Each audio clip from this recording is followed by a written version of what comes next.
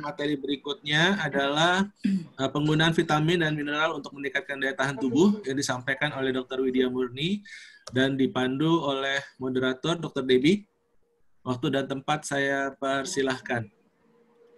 Sebelumnya saya akan membacakan kurikulum vitae dari Dr. Widya Murni, Mars, Diplom of IHS, yang merupakan Master of Nutrition Medicine.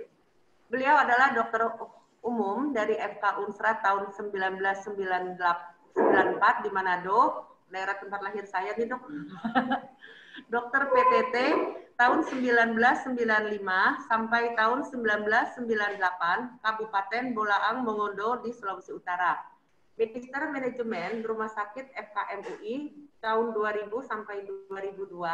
Member of American Academy of Anti-Aging Medicine 2003, Member of International Hormone Society 2006, Medical Director of GAAC 2007 sampai sekarang, Board Certified of IHS 2011 Malaysia, Fellow of ACNIM for Elation Therapy 2013 Malaysia, Fellow of Integrated Cancer Therapy 4M 2013 Boston USA, Nutritional Medicine Master Program Malaysia 2017 sampai 2018, Advancing Functional Medicine Clinical Practice Manila 2019. Begitu banyak pengalamannya Dr. Widya, dan kami persilakan untuk Dr. Widya selanjutnya berbicara. Silakan dok. Oke, Assalamualaikum warahmatullahi wabarakatuh. Selamat pagi seluruh teman sejawat yang saya hormati. Pagi hari ini saya akan sedikit membawakan paradigma lain bagaimana kita menyiasati pandemi COVID dengan lifestyle, penggunaan vitamin dan mineral, baik untuk pencegahan maupun untuk terapi. Sebenarnya kapan kita berharap pandemi akan berakhir? Ya, di sini saya ingin mengemukakan bahwa imun sistem itu jauh lebih penting daripada masker. Memang betul sudah ada 3M, tetapi hari ini saya ingin menambahkan satu konsep 1M lagi di belakang. Apakah itu nanti kita bahas sudah ini. Kita tidak perlu takut sebenarnya hanya dengan memakai masker kita merasa sudah terlindungi, padahal belum ya. Makanya di sini saya ingin membahas supaya kita lebih tahu bagaimana mencegah dan segera mengakhiri pandemi dengan cara yang secara saintifik bisa dibuktikan. Kita hanya bisa menciptakan dan membuat sistem imun yang sekuat mungkin sehingga kita tidak perlu takut pandemi COVID atau bahkan mencegah seluruh penyakit lain yang bisa mematikan kita lebih dini jika tidak disadari. Banyak sekali ketidaktahuan dalam bidang nutrisi yang melatar belakangi profesi seorang dokter. Sehingga di sini saya ingin mengembalikan lagi kepada teori-teori dasar bahwa kalau menggunakan vitamin, bukanlah vitamin yang seperti dulu diperkirakan kita hanya minum vitamin kalau sakit dan ingin cepat sembuh. Tetapi kita bisa mencegah penyakit dan bahkan bisa menyembuhkan penyakit apapun. Nah, sebenarnya mengapa kita meninggal mendadak pada saat COVID? Bukankah penyakit yang diutamakan pencegahan itu adalah penyakit degeneratif? Tetapi pada saat kematian mendadak, apakah kita memang mengalami penuaan mendadak yang secara emergensi bisa mengambil nyawa kita?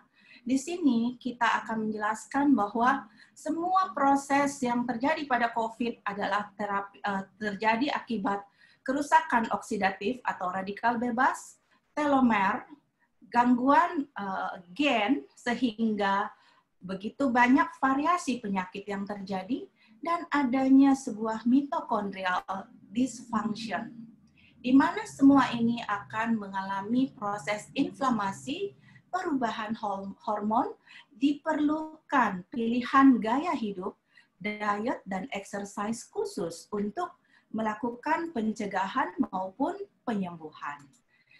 Tidak ada obat yang bisa mengobati COVID karena penyakit ini sebenarnya kalau kita bisa lihat, bisa kita cegah semaksimal mungkin sehingga Indonesia bisa segera mengakhiri pandemi. Ini teori-teori aging, saya tidak perlu membahas secara detail, tetapi saya mengutamakan mitochondrial dysfunction di mana dasar terjadinya penyakit COVID-19 sehingga kita bisa mencegah dengan lebih rasional. Nah, sebenarnya tadi kita sudah tahu 3M. Saya ingin menambahkan M keempat adalah mitokondria. Jadi mitokondria adalah the powerhouse. Jadi energi yang dihasilkan oleh sel-sel tubuh kita itu sebenarnya dihasilkan oleh mitokondria. Dan mitokondria ini yang harus kita jaga jumlahnya maupun kesehatannya. Kalau kita bisa menjaga mitokondria kita, insya Allah kita tidak terkena COVID dan semua penyakit yang mematikan lain. Ini adalah profil dari mitokondria seperti apa, dan ini adalah strukturnya. Ya, saya tidak membahas secara detail, supaya kita bisa melihat ilmu ini, apa sebenarnya yang mau kita bahas.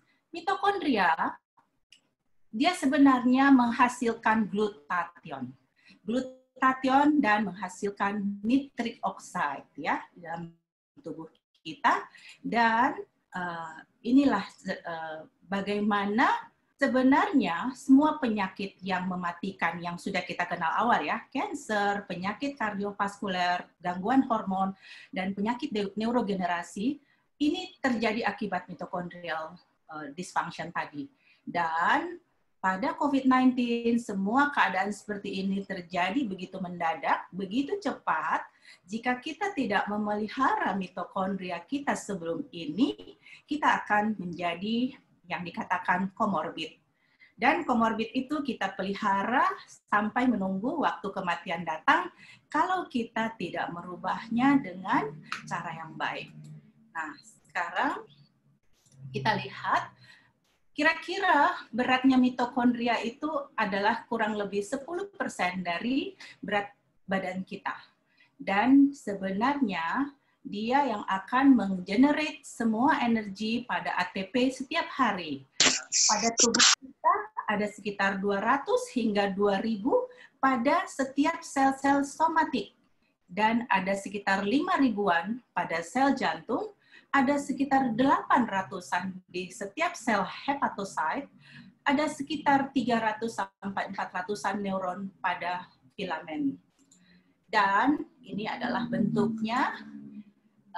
Kita tidak terlalu membahas secara fisiologi, hanya inilah mendasari bahwa kebijakan lama, dulu orang berpikir bahwa kita harus makan banyak karbohidrat sebagai sumber utama energi. Tetapi sekarang sudah disadari bahwa penggunaan asam lemak atau keton dan asam amino justru yang akan lebih meningkatkan atau mengaktifasi mitokondria. Disinilah sekarang banyak orang yang mulai menyadari perlunya melakukan ketogenic diet untuk mengurangi inflamasi dan bahkan untuk mencegah COVID bila kita memiliki beberapa faktor komorbid. Nah, di sini dikatakan kita lebih mengutamakan long chain fatty acid untuk meningkatkan mekanisme metabolisme daripada mitokondria. Dan apa sebenarnya yang diharapkan dari pemakaian long chain fatty acid? Kita akan mencegah terjadinya insulin resistance. Jadi artinya semua upaya yang kita lakukan yang akan meningkatkan insulin sensitivity seperti puasa atau diet rendah karbo, kaya lemak, akan menghasilkan ketogenesis dan inilah yang akan semakin menyehatkan mitokondria kita.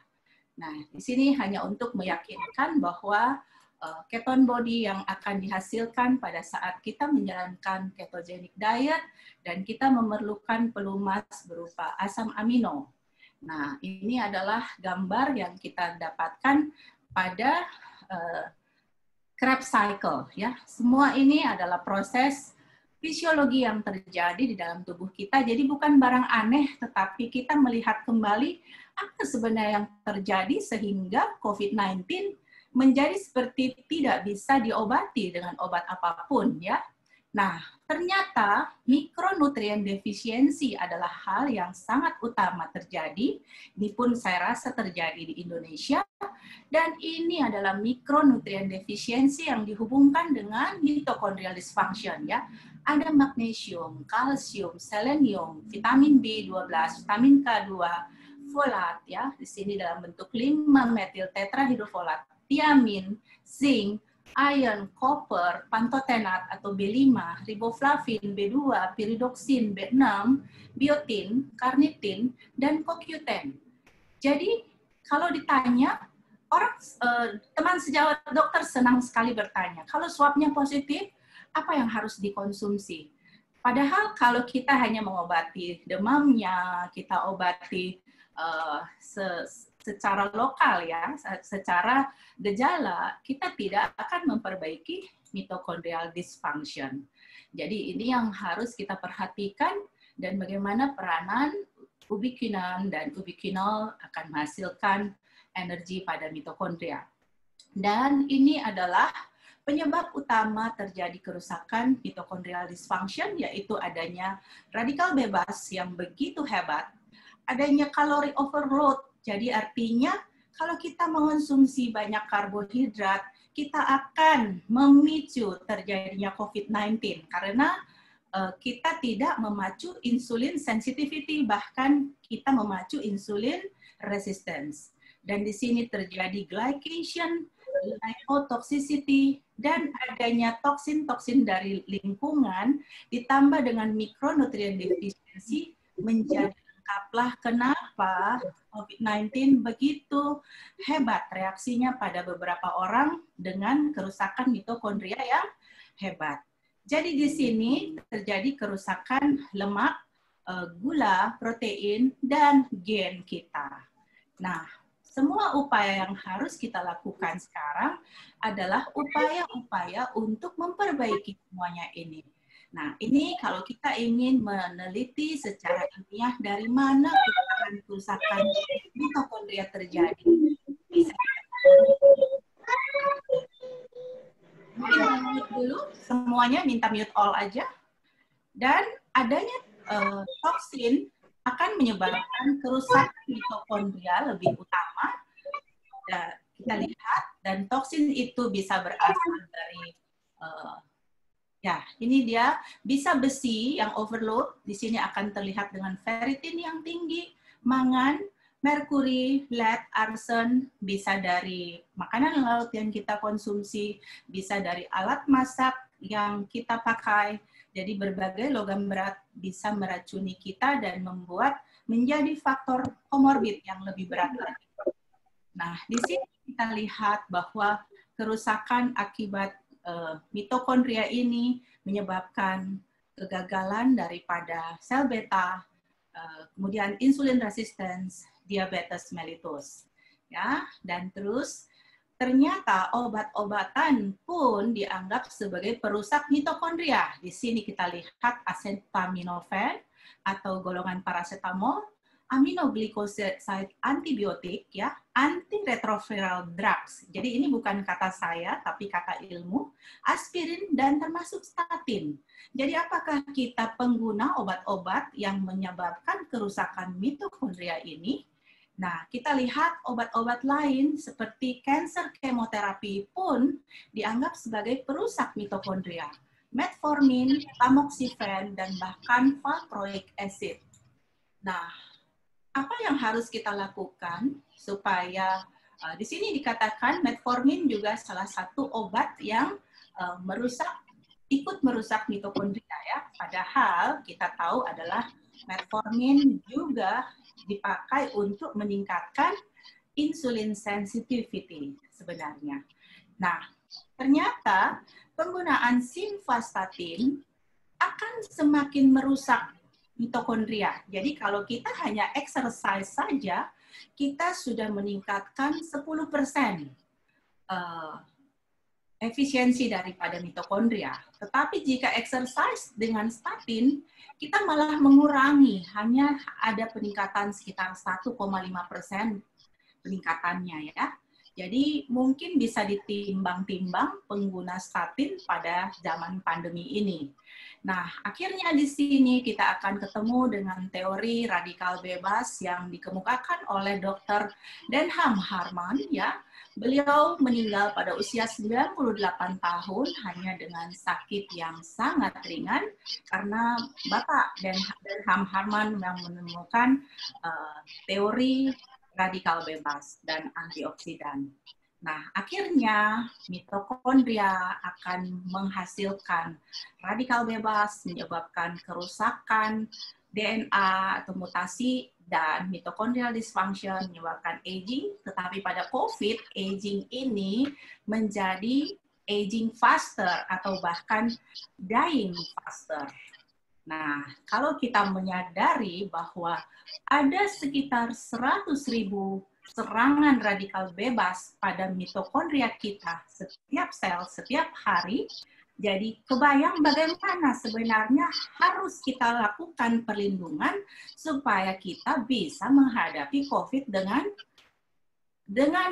elegan, ya. Jadi artinya kita harus paham bahwa ada faktor-faktor yang mempengaruhi kerusakan mitokondria berupa faktor dietary, jadi tidak boleh kelebihan kalori, tidak boleh kelebihan manis, tidak boleh konsumsi alkohol, dan tidak boleh hyperglikemi, dan kita harus mengurangi semua makanan atau faktor penyebab inflamasi, dan bahkan kerusakan mitokondria ini yang menyebabkan hipoksia yang sekarang dikenal sebagai happy hipoksia. Jadi bagaimana mengatasi happy hipoksia adalah mencegah. Kalau kita bisa mencegah dengan baik, insya Allah kita tidak terkena COVID, kita tidak terkena happy hipoksia. Nah, di sini sudah tadi dikatakan kerusakan ini diperberat oleh logam berat, ya. Nah, akhirnya bagaimana menangkal semuanya ini? Orang semua hanya mengatakan makan sehat, ya. Padahal kita harus mendefinisikan makan sehat dengan sayur dan buah sebanyak mungkin untuk bisa menangkal serangan radikal bebas yang akan datang, ya. Jadi jangan makanan kita makanan instan, junk food, makanan yang diproses, karena hampir di seluruh pelosok Indonesia tidak lagi orang makan makanan asli. Mereka makan makanan industri, semua yang berpengawet, berpewarna, dan berpemanis. Jadi di sini dipentingkan adanya kalori restriction dan aktivasi dari PGC-1A, ya. Di sini kita akan merangsang mitochondrial biogenesis. Jadi dengan kalori restriction. Jadi anjuran untuk 3M dengan menjaga mitokondria, kita harus mengurangi kalori sebanyak mungkin, di situ termasuk nasi, roti, kue-kue, dan semua makanan dan minuman yang manis, sehingga kita akan mengaktifasi mitokondria dengan baik. Dan kita akan tercegah bukan hanya untuk COVID, tetapi berbagai penyakit lain yang menyebabkan premature aging dan kematian. Jadi kalau kita sekarang mendengar komorbid kok gitu ya, ada komorbid. Terus kalau ada komorbid harus apa? Ini orang yang punya komorbid sangat banyak dan mereka berpeluang meninggal dalam masa pandemi. Jadi ini semua yang harus dilakukan, dan kita sebagai dokter umum sekalipun kita harus tahu menganjurkan apa yang terbaik sehingga kematian dokter, tenaga kesehatan, maupun masyarakat luas bisa kita hindarkan. Di sini kita lihat tadi ya teori dari mitochondrial dysfunction, semua hal ini terjadi. Jadi harus merangsang terjadinya insulin sensitivity. Kita harus jangan membuat insulin resistance, jangan menjadi semakin gemuk, jangan diabetes kita menjadi semakin parah ya. Di mana kita harus mengurangi produksi dari radikal bebas. Semuanya kita lihat, semua tindakan ini akan meningkatkan insulin sensitivity. Apa saja tindakan itu? Ya tentunya selain diet, kita harus melakukan olahraga. Ya, ini kita lihat ini the perfect storm. Kalau terjadi insulin resistensi, semua hal ini terjadi, dan di sini adalah faktor-faktor komorbid yang selalu menyertai dan banyak sekali terjadi kematian di masa pandemi. Dan mereka dengan obesitas, diabetes tipe 2, pasti akan terjadi kerusakan mitokondria yang lebih banyak, dan kita harus menganjurkan bagaimana menurunkan berat badan dengan rasional untuk menghindari kematian.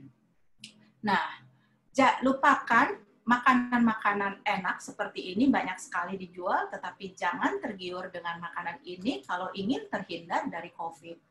Dan apalagi makanan lain yang harus kita hindarkan, trans fat. Trans fat itu makanan yang dosanya paling tinggi yang terdapat pada kentang goreng atau french fries. Kalau Anda sebagai dokter tidak tahu bahwa french fries itu makanan yang tidak sehat, bagaimana kita mengajarkan kepada pasien kita? Dan di sini bagaimana mengurangi advanced glycation end product. Jadi semua makanan yang manis atau menggunakan pengawet yang dimasak dengan proses suhu yang tinggi, itu sebenarnya makanan yang membawa kita pada kematian. Dan sekarang lagi ngetrend the ketogenic diet. Jadi diet ini memang akan merangsang produksi mitokondria yang lebih baik sehingga kita akan menyehatkan tubuh kita, bukan hanya menghindarkan COVID, tetapi semua penyakit lain yang termasuk dalam golongan komorbid yang kita kenal. Jadi bagaimana kita memecahkan lemak yang ada di dalam tubuh kita menjadi energi dan dia bisa digunakan, dan di sini akan dicapai yang namanya proses autofagi, di mana dia akan memperbaiki semua sel-sel rusak di dalam tubuh kita secara alami. Ketogenic diet ini dipakai banyak untuk mengobati penyakit epilepsi, penyakit Alzheimer, Parkinson, brain tumor, migrain, penyakit autism, dan penyakit stroke, serta penyakit-penyakit degeneratif lainnya. Jadi ketogenic diet akan meningkatkan insulin sensitivity dan mengurangi inflamasi dalam tubuh kita. Selain itu, kita harus menggunakan pola makan yang meningkatkan mitokondria, dan mereka adalah makanan anti-inflamasi, rendah kalori, gluten free, rendah grain, dan lemak dengan kualitas tinggi, seperti buah avokado 1 butir 1 hari minimal harus kita konsumsi. Dan dengan ini ada orang yang memilih untuk diet rendah karbohidrat, diet ketogenik yang rendah, yang mild atau yang ringan, atau ada juga yang ketogenik yang strict, bahkan dia puasa 20 jam sampai 24 jam atau dikenal dengan OMAD atau 1 meal a day. Nah, itu mungkin kita bisa bahas di waktu yang lain. Dan ini adalah makanan pemicu mitokondria atau kesehatan mitokondria. Kita harus makan makanan yang kaya antioksidan, mengurangi inflamasi dalam tubuh kita, kemudian tinggi kualitasnya dalam asam lemak, sudah jelas dia memiliki indeks glikemik yang rendah, kurangi karbo dengan ketogenic option. Kita bisa melakukan intermittent fasting dan calorie restriction, dan low grain dan gluten free diet harus menjadi pilihan utama, dan makanan-makanan terapeutik yang lain yang disesuaikan dengan kebutuhan dan risiko penyakit yang kita miliki. Kalau untuk masyarakat luas, kita bisa katakan dalam bahasa yang sederhana, makanlah 1 hingga 2 jenis makanan yang berbeda warnanya setiap hari. Jadi setiap hari berbeda dan setiap hari jenisnya lain, pasti dalam seminggu kita akan memiliki banyak sekali variasi makanan. Jangan makan makanan instan dan makan makanan junk food karena tidak ada manfaatnya. Tidak ada zero nutrisi tetapi high kalori. Nah, semua itu akan menyebabkan kekurangan ATP, dan akan memicu mitochondrial oxidation, dan jika kita lakukan semua ini akan meningkatkan energi, endurance, weight loss, longevity, dan sudah pasti aman dari COVID-19. Dan ini adalah nutrisi yang lain yang bisa kita gunakan, alpha-lipoic acid, berberin, kurkumin, quercetin, resveratrol, pterostilbene, green tea, polyphenol. Dan ini adalah nutrisi yang akan mensupport kesehatan mitokondria, ya, berberin, kurkumin, sulforafan, quercetin, resveratrol, pterostilbene, dan green tea, polyphenol. Dan di sini saya tekankan di antara banyak pilihan asetil L-karnitin, alpha-lipoic acid, coenzim Q10, magnesium, ada N-asetilsistein yang sebenarnya sudah banyak kita kenal, tetapi kita lebih mengenalnya sebagai anti-muk atau obat untuk mukolitik, ya. Sebenarnya kita akan menggunakan N-asetilsistein sebagai glutathione prekursor. Dengan kita mengonsumsi N-asetilsistein, kita akan memicu produksi glutathione yang akan memicu proses detoksifikasi alami dari tubuh kita sehingga mengurangi resiko inflamasi yang akan membawa kita pada penyakit komorbid maupun COVID-19. Dan ada di sini kreatin, melatonin, nikotinamid, riboside, dan branched chain amino acid. Di sini saya berikan pilihan yang luas, teman sejawat tinggal memilih mana yang available dan affordable. Dan di sini makanan-makanan sehat yang berisi makanan asli tidak boleh dilupakan. Jadi kalau kita sebagai dokter tidak tahu apa yang harus dikonsumsi, bagaimana kita menganjurkan kepada pasien kita untuk terhindar dari COVID-19. Dan ini adalah bagaimana mensupport kesehatan mitokondria, makan dengan makanan yang kalorinya rendah dengan fitonutrien yang bervariasi.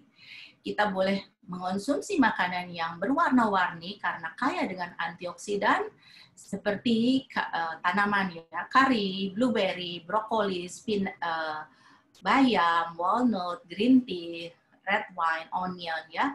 Hindarkan toksin pada makanan dari pengawet, kemudian dari personal care product, ya, bahan-bahan kimia yang lain, dan obat-obatan.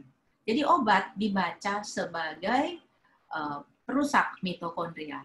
Kita harus menganut makanan kalori restriction, intermittent fasting, atau bahkan kita boleh melakukan episode cold exposure.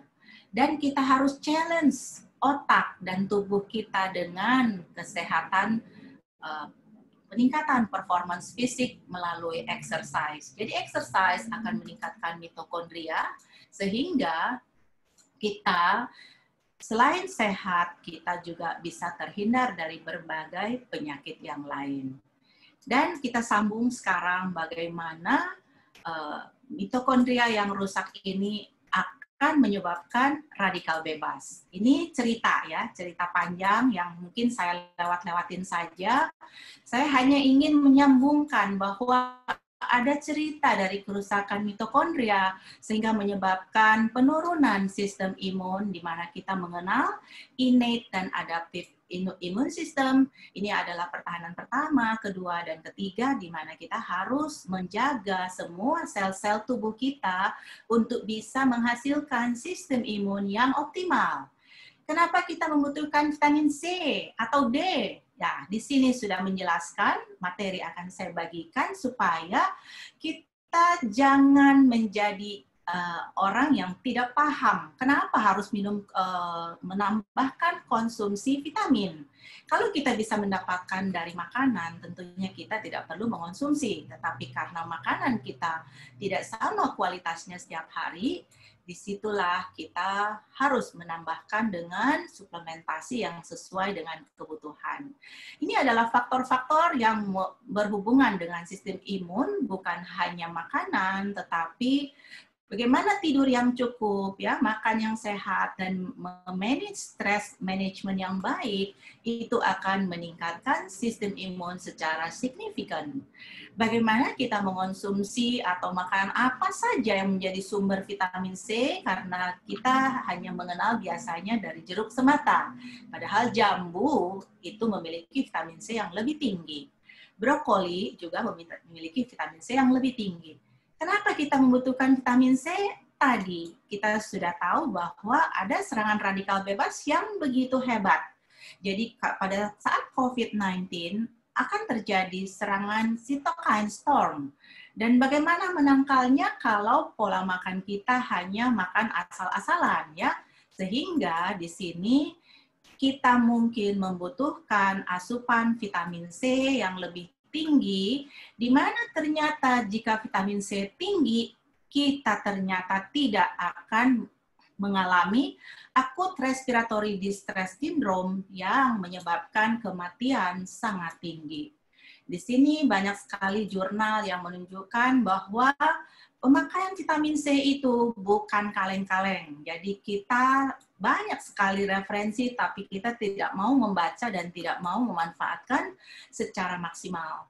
Bahkan penggunaan IV vitamin C, jika kita bisa gunakan dengan baik, kita bisa menghindari semua kerusakan multiorgan dan mengurangi kemungkinan peluang pasien untuk dirawat di ICU menggunakan ventilator dan kematian.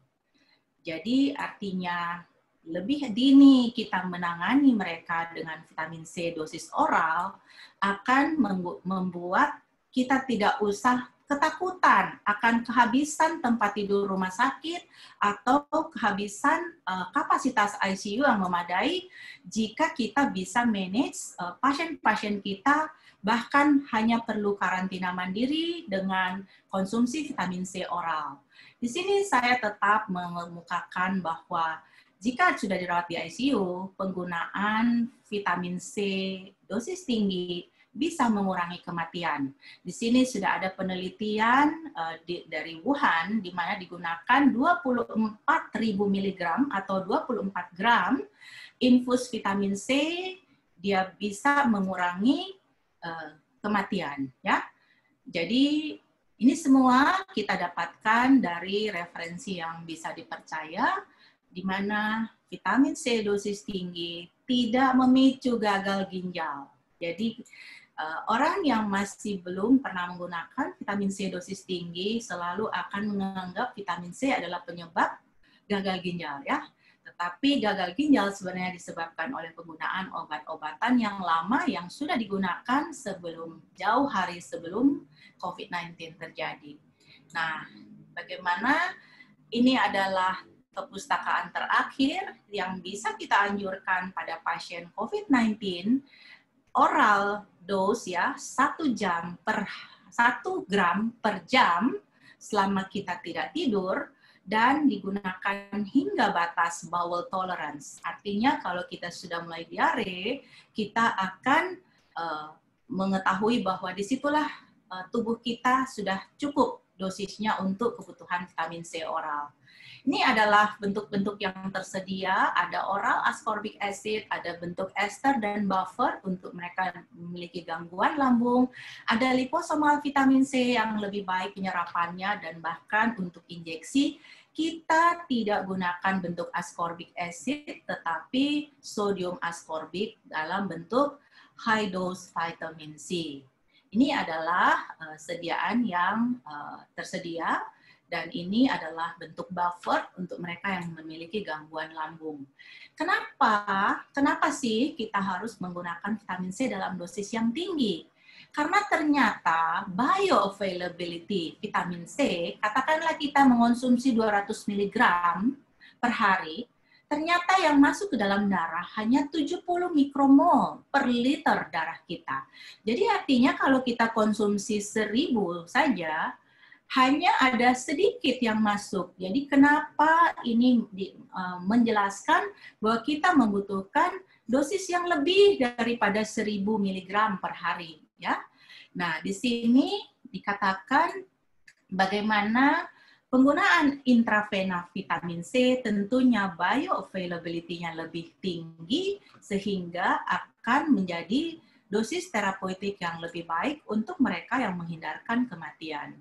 Ini adalah anjuran dari Dr. Thomas Levy, pakar vitamin C dari Kansas, Amerika, di mana di sana dikatakan boleh diberikan vitamin C 2 gram 4 kali sehari dalam 4 dosis, bisa juga dinaikkan menjadi 3 gram sesuai kebutuhan.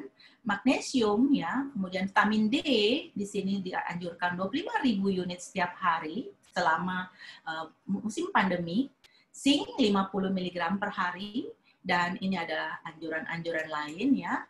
Dan ini adalah penggunaan lain boleh berupa 1,5 gram. Ini adalah infus ya, setiap 6 jam juga bisa digunakan pada pengobatan, atau kita juga bisa menggunakan secara oral atau liposomal dengan reguler vitamin C 4-6 gram 3-4 kali sehari jika kita mampu ya, atau bisa berikan proteksi yang lebih baik. Ini seorang ahli Klenner menganjurkan penggabungan antara vitamin C intravena dengan oral akan memberikan hasil lebih baik katanya. Akhirnya, untuk vitamin C oral dose prevention untuk COVID-19 boleh digunakan sampai 6.000 mg per hari atau sesuai dengan kemampuan usus, atau 2-3 gram selama 4-6 kali sehari sesuai dengan kebutuhan. Dan untuk pengobatan COVID-19, oral dose 1 gram setiap jam pada saat kita terjaga berdasarkan kemampuan bowel tolerance masing-masing. Pada penggunaan high dose vitamin C infus bisa kita gunakan hingga 25 gram per hari untuk mencegah cytokine storm dan untuk mencegah agar pasien tidak perlu dirawat di ICU dengan akut respiratory distress syndrome dan bahkan kematian. Jadi penggunaan vitamin C tidak usah diragukan lagi, dan ini adalah referensi dari Dr. Thomas Levy, bisa dilihat pada websitenya. Sekarang kita masuk pada vitamin D. Vitamin D ini menjadi populer. Sebenarnya sebelum pandemi, saya mengikuti satu acara yang sangat baik di Malaysia, di mana seorang murid dari Dr. Sikero Coimbra, yaitu Dr. Renu Mahtani, membawakan presentasi yang sangat menarik bahwa di dunia ini kita sudah mengalami pandemi kekurangan vitamin D. Dan vitamin D adalah greatest regulator daripada imun sistem. Dan di sini kita akan melihat bahwa pandemi vitamin D defisiensi inilah yang sebenarnya harus kita atasi lebih baik untuk mengatasi semua faktor komorbid. Dan kalau bisa, tidak ada orang yang meninggal dengan COVID-19 jika kita bisa mengatasi semua permasalahan tadi dengan baik. Kita tidak merawat penyakit ini, tetapi kita merawat imun sistem. Dan imun sistem harus diutamakan bukan hanya masa pandemi. Sebenarnya kita mendapatkan sinar matahari secara gratis, di mana dia masuk melalui radiasi UVB, di mana lewat kulit dia akan di-convert di hati dan di ginjal, kemudian diaktifkan. Tetapi sayangnya sangat jarang orang merasa perlu berjemur untuk mencukupkan dosis vitamin D yang sesuai dengan kebutuhannya. Dan ada sekitar 80% wanita hamil dengan defisiensi vitamin D, dan ini adalah pemicu dari berbagai penyakit yang kita kenal sebagai komorbid. Jadi bagaimana kita mengatasi komorbid kalau kita tidak mengatasi penyebabnya?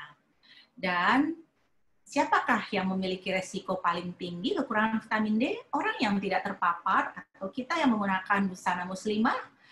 Orang-orang gemuk memiliki katanya kadar vitamin D yang lebih rendah, wanita hamil, orang-orang tua, kemudian orang yang memiliki kulit hitam, dan bayi-bayi.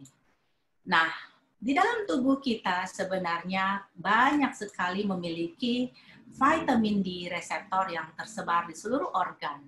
Dan ini adalah pesan dari Dr. Sikero Coimbra, koreksi setiap kekurangan itu adalah harus, bukan kalau suka-suka saja. Jadi kalau dokternya suka perbaiki, boleh diperbaiki, kalau tidak jangan ya. Itu harus, it's an obligation, dan tidak akan menyebabkan side effect. Jangan takut, karena kita hanya memperbaiki parameter biologi. Berapa banyak kematian yang terjadi setiap hari hanya menunggu tetapi kita tidak bisa melakukan apa-apa tanpa mengoreksi kekurangan yang memang dimiliki oleh setiap pasien komorbid yang sudah pasti kekurangan vitamin D. Vitamin D bukan hanya untuk tulang karena dia tersebar reseptornya di dalam tubuh kita sehingga banyak sekali penyakit bisa dihasilkan oleh kekurangan vitamin D. Vitamin D juga berasal dari kolesterol, jadi mereka yang menggunakan obat pengurun kolesterol pasti akan memiliki vitamin D yang rendah. Dan vitamin D yang rendah sudah jelas insulin akan resistance dan berbagai penyakit lain pun bisa datang. Ini adalah vitamin D reseptor yang berasal pada otak, jantung, gonad, payudara, tiroid, intestine, bone, kidney, paratiroid, prostat, dan imun. Jadi, kalau kita memiliki semua penyakit ini dan kita tidak mengoreksi vitamin D, kita nanti bisa meninggal dalam komorbid. Dan untuk mereka yang memiliki kasus autoimun, lebih tinggi kadar vitamin D ternyata lebih rendah kasus autoimun itu reaktif. Dan sudah lebih dari 20 tahun bahwa vitamin D tidak bisa diharapkan hanya dari makanan semata, sehingga kita memang perlu mendapatkan suplementasi. Di sini sudah banyak referensi di mana vitamin D bisa mencegah flu, coronavirus, dan pneumonia infeksi, ya ini sudah lama. Kemudian dia juga mengatur keseimbangan hormon dan bersifat imunomodulator, dan dia akan mengatur 229 gen dalam tubuh kita yang jika defisiensi kita akan mengalami 47 macam penyakit. Dan vitamin C tidak bisa ditawar. Dia adalah your life health support system. Jadi jika kita ingin mengeliminasi pandemi COVID tanpa memperbaiki kadar vitamin D, itu akan sangat tidak mungkin. Di sini kita lihat jika kita ingin mengatasi influenza sebagai pandemik, kita harus memiliki kadar di atas 40. Jadi satuan yang sekarang kita pakai 20 sebenarnya hanya untuk mencegah penyakit riket. Penyakit ini sudah tidak ada ya. Tetapi kalau kita ingin mencegah fraktur saja, kita harus berada di atas 40. Bahkan saat ini dianjurkan mendekati 100. Ya, jadi kalau kita sebagai dokter garda depan memiliki vitamin D yang pas-pasan, kita berani mati karena ketidaktahuan kita, dan ini harus kita perbaiki sebelum lebih banyak lagi korban yang terjadi. Di sini kita lihat anjuran-anjuran penggunaan vitamin D, kita memiliki kadar berapa saat ini, dan kita harus mengonsumsi dosis berapa. Ya, jadi tidak usah takut dengan menggunakan vitamin D, kita hanya akan mendapatkan sistem imun yang lebih kuat. Dia bahkan akan mengaktifkan mikrobiota di dalam tubuh kita yang ikut menopang imunomodulator aspek pada masa pandemi. Dan vitamin D sudah banyak referensi bisa mengurangi keparahan dan bahkan mengurangi waktu penyembuhan jika kita memiliki kadar vitamin D yang cukup. Dan kita lihat kita ingin cegah penyakit apa saja. Di sini ada penyakit-penyakit yang digolongkan sebagai komorbid. Kita harus memiliki at least 60 sampai 80 atau bahkan 100. Semalam saya baru mengikuti presentasi Dr. Renu lagi di mana banyak sekali orang ketakutan menggunakan vitamin D.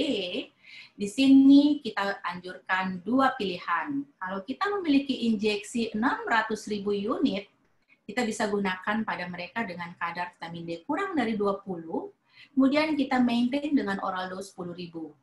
Atau jika kita menggunakan oral dose 50.000 ya pada saat swab positif, kita masih bisa gunakan sampai swabnya negatif, kemudian kita maintain dengan oral dose 10.000. Dan dosis toksik dari vitamin D itu 150 nanogram per mililiter.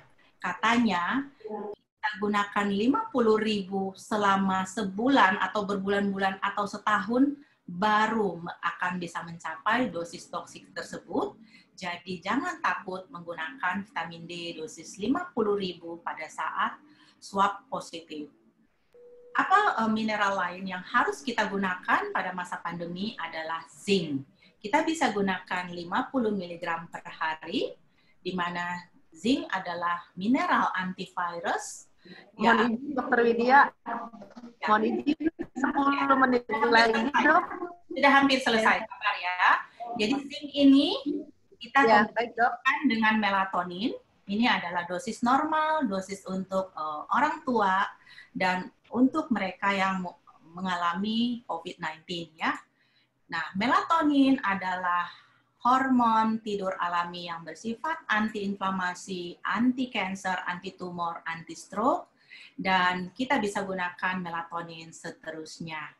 Mungkin demikian saja presentasi saya hari ini cukup panjang, tetapi saya ingin menyampaikan bahwa prinsip-prinsip ini yang harus kita atasi untuk mengakhiri pandemi, untuk mengurangi kesakitan dan kematian, dan kita sebagai dokter di garda depan harus memahami konsep ini untuk bisa menerjemahkan kepada pasien kita, sehingga kita tidak mengatasi dengan sia-sia dengan biaya dan energi yang cukup banyak dan menghabiskan banyak jiwa dari dokter dan tenaga kesehatan.